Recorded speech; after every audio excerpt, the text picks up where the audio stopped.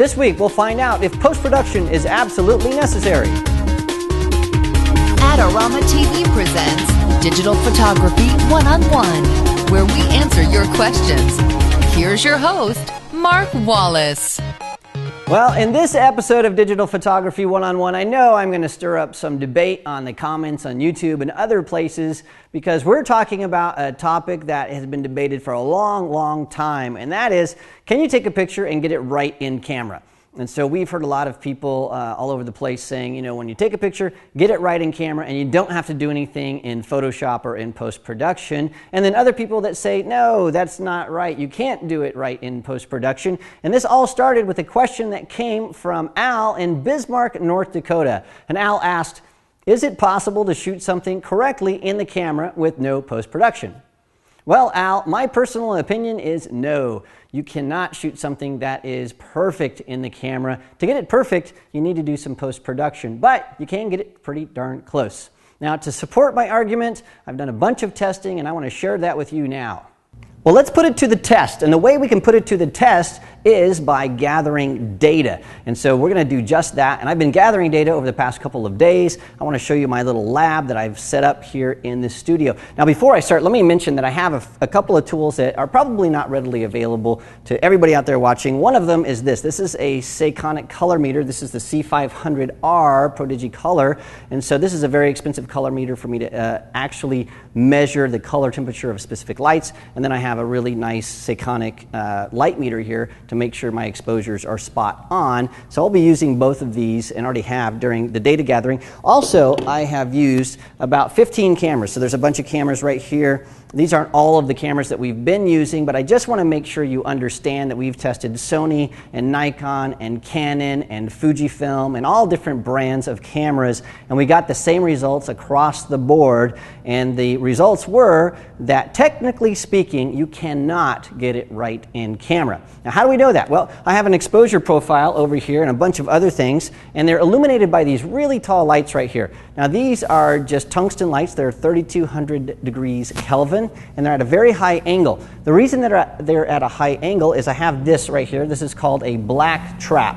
And that is just a box with a hole in it, and it allows me to make sure that the light coming in has a shadow. So the very back of this, it has a piece of velvet in there, black velvet. It will fall to completely black, so I know I have a black point there. I also have some other targets here. I have the Seikonic exposure profile target with black and white and shades of gray in between. I've got a digital calibration target with black, middle gray, and white. I also have my color checker passport with a bunch of different colors on it that I can measure to see exactly what's going on. So now that you know the setup, let's get testing. All right, before we begin, let me tell you the exact setup that I'm using. I've got a Nikon D3S, and it's tethered to Lightroom 4. And the reason for that is I'm using this Nikon D3S over all the other cameras because it has the largest dynamic range of all the cameras that we have. So it'll be able to do, of all of the ones we have, the best job of capturing all the blacks and all the whites. Now, I'm shooting right into Lightroom. I've got this tethered, so as we shoot, the pictures will come straight in, and then we can actually analyze the shots, and I can tell you some things about them. So the first thing I want to do is I have my camera set to aperture priority mode. I have it at f11, and when I meter, it tells me that the shutter speed should be 20th of a second. So let me go ahead and take a shot, and I'm doing this tethered, so it's going to come right into Lightroom. And then let's take a look at this shot. So I'm going to go into the develop module, and I'm going to hide my tethering bar right here. And we can see something here, and that is what's supposed to be white isn't white. If you take a look at this, you can see on the histogram here, we've got a lot of room on the right-hand side of this image. These whites aren't actually white. And so something wacky is happening here, and the internal meter should be working just right because we've got all kinds of grays and blacks and everything. But let's just check it. So I'm going to take my light meter here, and I'm going to go over, and I'm just going to meter this right on this little target right here. I'm going to meter that, and it tells me at f11 that I need to be using 1/10 of a second. 1/10 of a second. And so what I'll do here is I'm going to change this to manual mode. And I'm going to set this to 1/10 of a second at f11. Okay? So that is one stop difference between what we did. So according to our light meter, we were underexposed by a stop. So I'm going to go ahead and I'm going to take another picture here. And so I'm going to use my built-in tethering. So it comes in. We have a different shot here. Now take a look at this shot. I'll kick out the side panel here. Notice the difference between this shot, where the histogram is, and the shot previous to that. You can clearly see that the first shot was underexposed. But look, we still don't have whites. We still have a gap there. Our whites aren't white. So I'm going to take one more shot. This time I'm going to push it one more stop. So I'm going to take this, I'm going to change our shutter speed to 1/5 of a second. So I'm shooting one stop slower of a shutter speed to get twice as much light. And so what I'll do is I'll go in here, I'm going to take another shot. You can hear that shutter is really, really slow. So that comes in, and as soon as it pops in, now you can see on our histogram, it's calculating. Look where the whites will show up. They're going to be way over here on the right. That's exactly where we want them. And so here's the very first shot. See, the whites are sort of middle gray, which is not right. The second shot with the external light meter, the whites are closer to where they should be, and then we're pushing it one more stop. You can see the whites are way over on the right-hand side. So we see we have exposure issues sometimes, depending on what we're doing. But what we really want to do is we want to talk about where the blacks are and where the whites are in our image. And what we're going to do is we're going to go with the image that was in between. So not the one that's way exposed to the right, not the one that's way exposed to the left, but the one that's exposed in the middle. Now what I'm going to do here is I'm going to open this in Adobe Camera Raw, and I'm shooting all these photos in RAW because I want to show you some of the things we can do in post-production. So I'll open this up, and as soon as we're in Adobe Camera Raw, we'll take a closer look. Well, before we take a look at the photo in Adobe Camera Raw, I need to explain something really quickly. I'm going to be using a color sampler tool that allows me to put points on the photograph to measure the red, green, and blue values. And so that tells us about the color mix, but it also tells us about the brightness level. So a 0 means absolutely black with no detail, and 255 means absolutely white with no detail. And so things that are black should measure about 10 on the scale of 0 to 255, and things that are white, absolutely white, should measure about 250. So let's take a closer look at where things are measuring up in our scale here. Now I'm going to grab my color sampler tool right here from the top of the toolbar in Adobe Camera Raw, and I'm going to place a point right on the edge of this, because notice if I zoom in, the edge of this is darker than the actual black. So we have two different blacks there. And so I'll put a point right on the edge, and I'll put a point on the black. I'll put a point on the black here. So notice we have 1, 2, 3. And up here we have 1, 2, and 3. Now notice, 1, the edge of this is at 13, which is just over where we really want black to be. 2, where we should have black, is at 20, and that is brighter than black. And then 3, again, it's about 20. And if we take a look over here at our black trap, check that out, absolutely 0. So that actually works. But where we want our blacks to be, we're not getting black, we're getting dark gray, and so that's not good. Well, let's take a closer look at the whites. Now whites, again, should measure about 250 or higher. So we use our sampler tool. I'll put it on the white right here. Look at that, 199. That's not even close. On this white right here, we're getting 208. So again, not really close. If we go on this white paper right here, it's at 189. So our whites are not white. And so we have an issue here. Now what we can do though is, remember we shot a photo where we had our whites much higher exposure, and so maybe that one, everything would be right in camera. So let me load that one in and we'll show you what it looks like.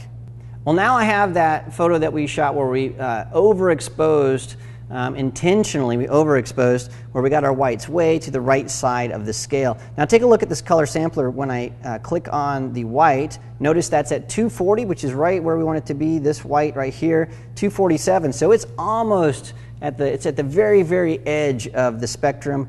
And then this paper right here, it's at 235, 238, around there. So all of those are where we'd expect them to be, which is right at absolute white. But now look what happens to the blacks. If we go in here and I'm going to clear these samplers out, again I'm going to push one on the edge there. That's at 28. This black, 41. This black down here, 38. And then in our black trap, it's already starting to show at 1, so it's even being pushed over. So we gained our whites, but we lost our blacks. So the point is, if you want to get a really high contrast image where we have absolute blacks and absolute whites, you're just not going to get that in the camera. It won't work. You'll have to go into a tool and you're going to have to do some things. And let me just talk to you a little bit about what you should do. There's a technique called exposing to the right, and that's what we did on that third shot, where we exposed where everything was pushed to the right side of the histogram that you can see right here. And this really allows us to do some things. Specifically, our whites are where they should be, but now what we want to do is we need to bring our blacks in. So I'm going to click on this, and we can see our black is at 39. And if I go in here and I start making the blacks darker and darker and darker, so we get them down to around 10. Okay, there we go. They're at 10. And I'm going to click on the white. The white's still at 240. So we have black and we have white with adjustments in post-production, and that works great. Well, let's try one other thing, and that is, is it possible to get an exposure that is correct in the camera subjectively? In other words, we might not have our blacks all the way black, we might not have our whites all the way white, but it looks the way that we want it to look, because realistically, are we shooting patterns like this? Are we shooting calibration targets? Well, no, we're not shooting those types of things. We're shooting people and landscapes and all kinds of things. And so is it possible to get those subjectively to look the way we want, even though we know we're not going to get absolute black and absolute white, because most photos don't have those extremes? And the answer is yes, you can get that. In fact, here's a photo that I shot, and you can see this is one of Michael. This was shot in camera, and you can see it has beautiful values here. We have nice dark tones, we've got great skin color, we've got just a great exposure. The histogram looks as it should, and this is a JPEG image straight out of the camera. Now, if I had some whites in there, would they be absolutely white? Well, no. And is this black absolutely black? Well, yeah, it is. It might be a little underexposed, but it's the way I want it to look. And this was shot with a preset that I built in my Fujifilm X Pro 1, a camera that does a great job of shooting images like this. But I wanted to see some other cameras, how they would look. And so I got a Canon 5D Mark II, and I shot this image. And this one is, again, right out of the camera, and it looks great. I'm going to zoom this in a little bit. And this, again, subjectively looks the way I think a photo should look. But I didn't want to leave it there. And I thought, well, what would happen if I took something that looked correct or right in the camera, and I actually tweaked it in post-production to sweeten it up a little bit, making the shadows darker and bringing some different details. And so I did that. I made about 4 adjustments to this image, and you can see that it really brings out this image. It's a huge difference just by changing the color temperature just slightly and opening up the shadows, bringing in the darks. This is a much, much more pleasing image to me. So even though I got it correct in the camera and this looks good, to me, post-production is always going to be better because you can make it exactly how you want it to look. Well, okay, there you can see the photos speak for themselves. I personally think, and I'm going to stand by it, that to get something that is absolutely perfect, that's going to hang on a gallery wall, you've got to do some post-production. But I'm also going to agree with people that say you can get it right in camera, because for a lot of things you don't need to tweak everything and get the blacks absolutely black and get all the highlights and color perfect. You can dial that in as closely as possible in your camera and get some great photos. So you're both right. You can get it right in camera, and you do need post-production. Well, I hope that clears things up. Remember, if you have a question about photography like Al did, you can send it to me at AskMark@Adorama.com. This episode is brought to you by AdoramaTV. Visit the Adorama Learning Center, where you'll find photography tips and techniques, links to the gear used in this episode, and related videos. For all the latest photography, video, and computer gear, visit Adorama.com. And the next time you're in New York City, visit our store, located on 18th Street between 5th and 6th Avenue. Well, let me show you how. So, Michael, can you stand maybe over there? I'm just looking right at you. All I see is Michael in the background.